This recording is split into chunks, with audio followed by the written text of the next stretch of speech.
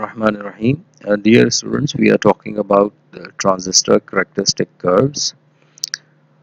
इसको समझने के लिए ज़रूरी क्या है, हमें ये पता होना चाहिए कि किसी इलेक्ट्रॉनिक सर्किट में एक कंपोनेंट का आउटपुट या एक सर्किट का आउटपुट किसी दूसरे सर्किट या दूसरे कंपोनेंट के लिए इनपुट की हैसियत रखता है।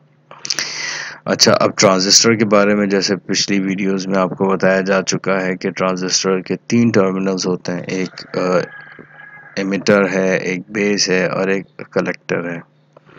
अब यहाँ पर हम इनपुट और आउटपुट कैसे लेंगे? जैसे यूँ समझ लीजिए कि हमें इनपुट और आउटपुट के लिए तो 2 टर्मिनल्स चाहिए, मतलब यूँ कह लीजिए कि इनपुट भी चाहिए और आउटपुट भी चाहिए। 2 टर्मिनल्स, एक पे इनपुट ले लिए, एक पर आउटपुट। तो फिर जो तीसरा होता है टर्मिनल, उसको हम कॉमन कर देते हैं, मतलब दोनों इनपुट और आउटपुट दोनों में उसकी हैसियत जो है वो कॉमन की होती है, वो टर्मिनल कॉमन होता है। इस एतबार से देखें तो ट्रांजिस्टर की जो कॉन्फ़िगरेशन है वो कितनी तरह की हो सकती है? 3 तरह की हो सकती है।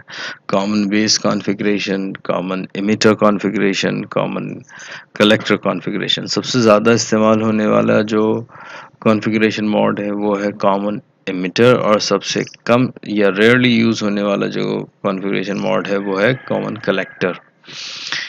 अच्छा जी, अब ज़रा समझ लेते हैं हम यहाँ पर एक NPN ट्रांजिस्टर के कैरेक्टरिस्टिक कर्व्स को समझने की कोशिश कर रहे हैं। ये रहा हमारा सर्किट।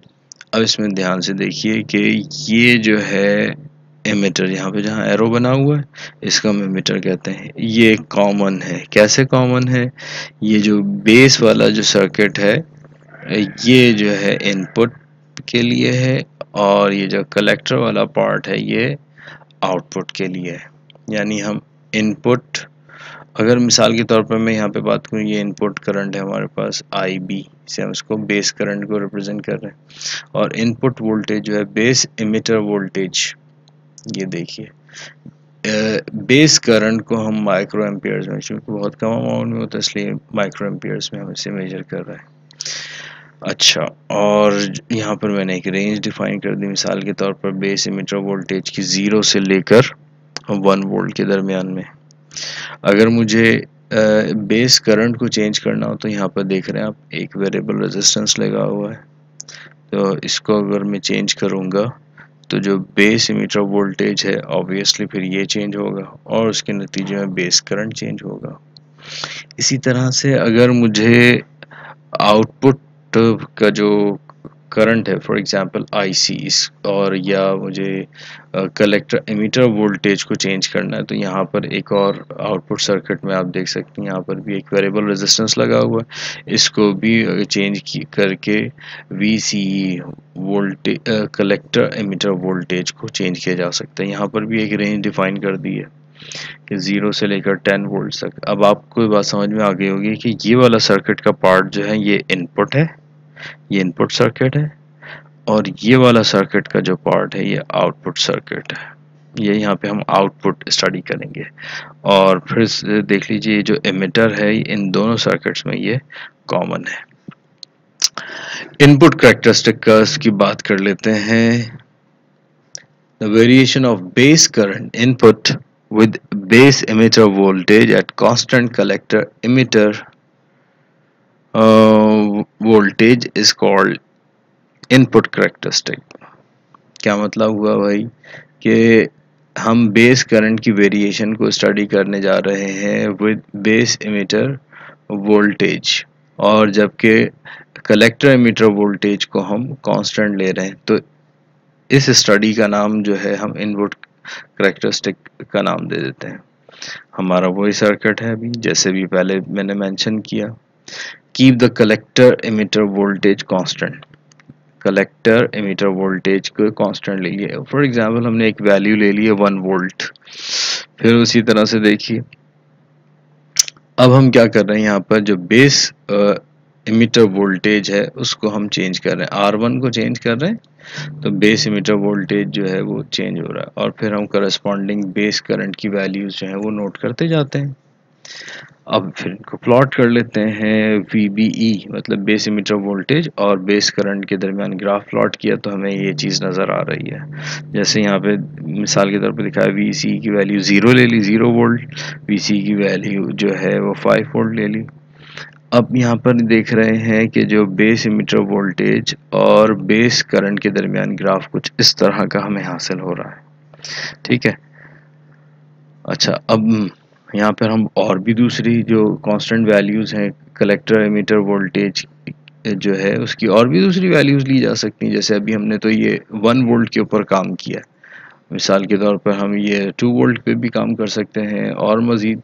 लेकिन जो असल पॉइंट समझने वाला वो ये है कि जो हमारे पास बेस करंट है वो जो है इनपुट वोल्टेज के ऊपर डिपेंड करता है, ना कि ये जो आउटपुट वोल्टेज VCE के ऊपर डिपेंड नहीं करता है। इनपुट करंट जो है वो इनपुट वोल्टेज पर ही डिपेंड करता है। इन कैरेक्टरिस्टिक कर्व से हमें ये बात पता चल रही है कि जो इनपुट करंट है वो इनपुट वोल्टेज पर डिपेंड करता है। ये हमारा कंक्लूजन है। ठीक है, इन कर्व्स को देखते हुए हमने ये चीज़ समझी। मजीद आगे देखते हैं, आउटपुट कैरेक्टरिस्टिक कर्व्स के ऊपर बात कर लेते हैं। हमारा वही सर्किट है। सर्किट में अब देखिए कि वेरिएशन ऑफ कलेक्टर करंट। अब आउटपुट पर जो हम चीज़ हासिल कर रहे हैं, इनपुट तो हमने कहा बेस पर इनपुट दे रहे हैं और आउटपुट हम ले रहे हैं कलेक्टर पर। ठीक है, और हम कलेक्टर करंट को जो है स्टडी कर रहे हैं with respect to collector emitter voltage, और जबकि हमने जो बेस करंट है उसको हमने कांस्टेंट रखा हुआ है। ये देखिए। अच्छा जी, अब क्या देख रहे हैं भाई, बेस करंट को कांस्टेंट रखें। मिसाल के तौर पर हमने बेस करंट को ले लिया अभी 10 माइक्रो एम्पियर्स। अब जो है बेस करंट को हमने कांस्टेंट रखते हुए क्या कर रहे हैं ना, change the collector ammeter voltage VCE की वैल्यू को हम चेंज करते जा रहे हैं using variable resistance R2 and note the corresponding values of collector current. इसकी VCE की वैल्यू को कांस्टेंट रखते हुए IC की वैल्यू हम जो है नोट कर रहे हैं, जबकि IB की वैल्यू को हमने कांस्टेंट रखा हुआ है। मतलब VCE की वैल्यू को चेंज करते जाएंगे और IC की वैल्यू को नोट करते चले जाएंगे। अब फिर इसको प्लॉट कर लेते हैं। प्लॉट करने के बाद हमें कुछ इस तरह इस नौइयत के कर्व्स हासिल हो रहे हैं। क्या देखने में आ रहा है कि VCE की वैल्यूज़ जो है हमने x एक्सिस पर ली हैं, कलेक्टर एमीटर वोल्टेज की वैल्यू x एक्सिस पर, और कलेक्टर करंट को हमने y एक्सिस पर लिया है। और ये देखने में आ रहा है कि बेस करंट की वैल्यू जब 0 है तो कलेक्टर करंट भी हमें कम मिल रहा है। जब बेस करंट की वैल्यू 25 माइक्रो एम्पियर है तो कलेक्टर करंट भी ज़्यादा हो रहा है। जब हमने बेस करंट को 50 माइक्रो एम्पियर लिया, कलेक्टर करंट और ज़्यादा हो गया। जब बेस करंट हमने 75 माइक्रो एम्पियर ले लिया, कलेक्टर करंट और ज़्यादा हो गया। 100 माइक्रो एम्पियर्स पर कलेक्टर करंट और ज़्यादा हो गया। ये वाला जो फ्लैट पार्ट देख रहे हैं इसको सैचुरेशन करंट भी कहते हैं वैसे।